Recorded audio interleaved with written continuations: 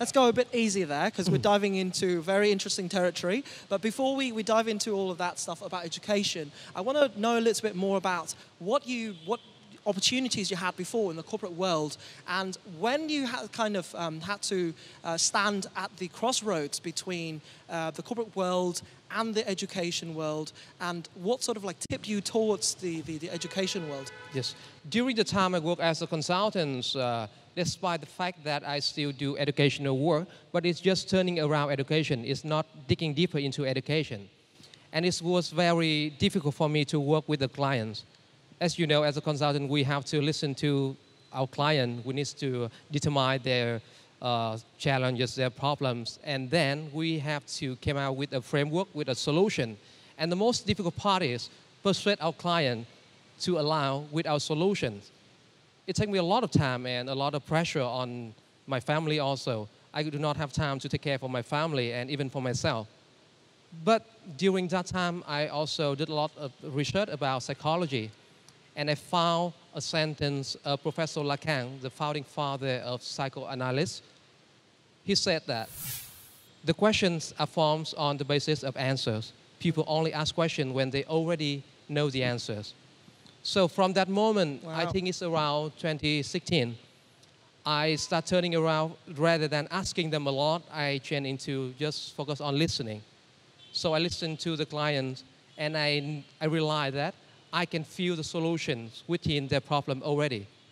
So rather than making a new proposal, I digging deeper into themselves and persuade them to listening to their own solutions. And at that moment, I realized that if I digging deeper into education, I can learn much more than that. I just realized one thing. I tend to ask people questions when I myself have found the solution, and I feel like having other people's opinions then would just be reassurance or approval or verification for my own beliefs. What does that say about the way people are learning these days, about proactive learning? Yeah, normally in the traditional classroom, just not in Vietnam, everywhere in the world, we always see that people are blaming educational system. And we always compare our educational system with the other countries. But if you travel to the other countries, you can see the same phenomenon. They're also blaming their government, their educational system. And what we're doing now is tackling those kind of innovations. Traditionally, the teachers just deliver some closed-end question in the classroom, and some more innovative teachers, they ask the open-end question. But when some student answer the question, the student often look at the reaction of the teachers.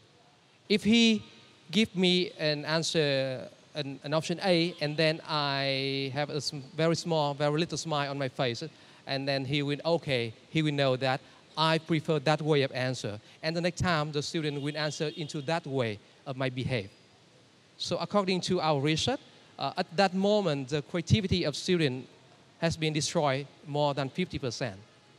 So the innovation in our research is not kind of fancy thing like some electronic tablets or some application on mobile.